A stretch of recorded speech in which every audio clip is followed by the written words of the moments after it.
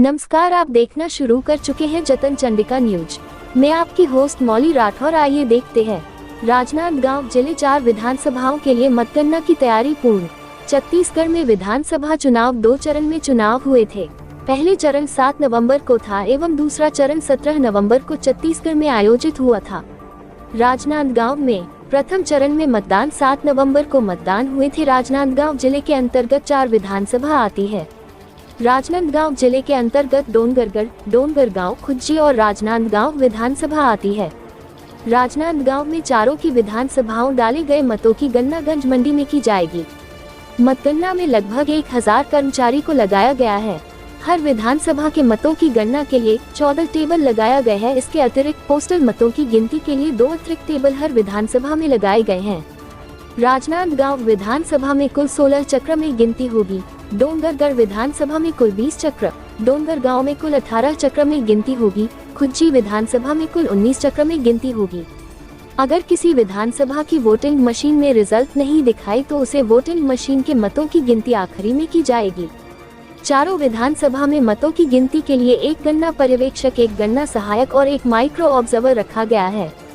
जतन चंडिका न्यूज के लिए राजनांदगांव से मनोज राठौर की खास रिपोर्ट। तैयारी है सर। राजनांदगांव जिले की चारों विधानसभा के लिए मतगणना की तैयारियां लगभग पूर्ण हो चुकी है और 3 दिसंबर को मतगणना की कार्रवाई सुबह 8 बजे से प्रारंभ होगी। लेकिन उससे पहले जो मतगणना में लगे अधिकारी, कर्मचारी और जो भी निर्वाचन अभिकर्ता, अभ्यर्थी या उनके गणना अभिकर्ता है, उनको 7 बजे प्रवेश करना है। निर्वाचन अभिकर्ता या अभ्यर्थी या उनके जो गणना अभिकर्ता हैं उनको मंडी से होकर के गेट नंबर 1 से प्रवेश दिया जाएगा। केवल परिचय पत्रधारी जिन्हें प्रवेश की अनुमति होगी वही प्रवेश कर पाएंगे। उसके साथ मीडिया के जो साथी होंगे वो भी उसी गेट नंबर 1 से प्रवेश करेंगे। और इसके अलावा जो अधिकारी कर्मचारी जिनकी ड्यूटी मतगणना में लगाई गई है, लगभग ऐसे अधिकारी कर्मचारी जो मतगणना के साथ साथ अन्य कार्यों में जो पूरी मतगणना को देखेंगे और कार्य संपादन करेंगे, लगभग 1000 की संख्या में हैं।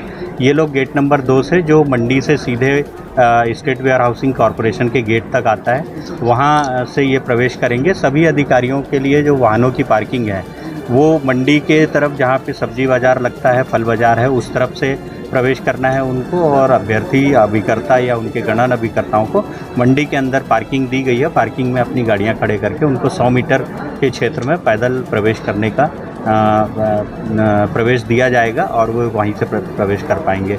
जैसा कि मतगणना के लिए प्रत्येक विधानसभा क्षेत्र में 14 टेबल लगाई गई हैं और 14 टेबल के साथ ही पोस्टल बैलेट की गिनती के लिए 2 अलग से टेबल लगाई गई है। इस तरह से 16 टेबल पे गणना होगी और प्रत्येक विधानसभा में प्रत्येक टेबल में एक गणना पर्यवेक्षक, एक गणना सहायक और एक पूरी सूक्ष्मता से जांच करने के लिए, गणना को देखने के लिए ऑब्जर्वर की तरफ से एक माइक्रो ऑब्जर्वर की नियुक्ति रहेगी। इस तरह से प्रत्येक टेबल में 3 अधिकारी रहेंगे जो गणना करेंगे। सबसे पहले 8 बजे पोस्टल बैलेट की गिनती शुरू होगी और जैसे ही 8:30 बजेगा पोस्टल बैलेट की गिनती लगातार चलती रहेगी।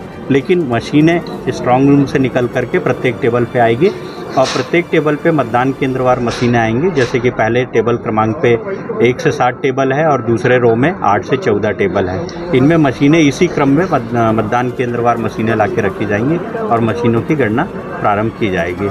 मतगणना लगभग देखा जाए तो राजनांदगांव विधानसभा में 16 चक्र की मतगणना है, जबकि डोंगरगढ़ विधानसभा में 20 चक्र की मतगणना है, डोंगरगांव में 18 चक्र हैं और खुज्जी में 19 चक्र हैं। इस प्रकार से इन चक्रों में मतगणना होगी। लेकिन कोई मशीन से यदि परिणाम प्राप्त नहीं होता है तो उसकी गणना सबसे अंत में चक्र खत्म होने के बाद की जाएगी। इसके अलावा चक्र खत्म होने के बाद जब मशीनों से गणना हो जाएगी तो रैंडमली 5 मतदान केंद्रों की जो वीवीपैट पर्चियां हैं उसको निकाल करके गिनी जाएंगी, जिनको रैंडमली सेलेक्ट किया जाएगा पर्चियों से। उन्हीं मतदान केंद्रों के वीवीपैट से पर्चियों का सत्यापन होगा और पर्चियों के सत्यापन के बाद जब रिजल्ट होगा वो रिजल्ट डिक्लेयर करके जीते हुए कैंडिडेट को रिटर्निंग ऑफिसर द्वारा सर्टिफिकेट दिया जाएगा। सर, टाई होने की स्थिति में क्या रहेगा सर? आमतौर पर टाई होने की संभावना बहुत सूक्ष्म या कम है, नगण्य है मानना चाहिए।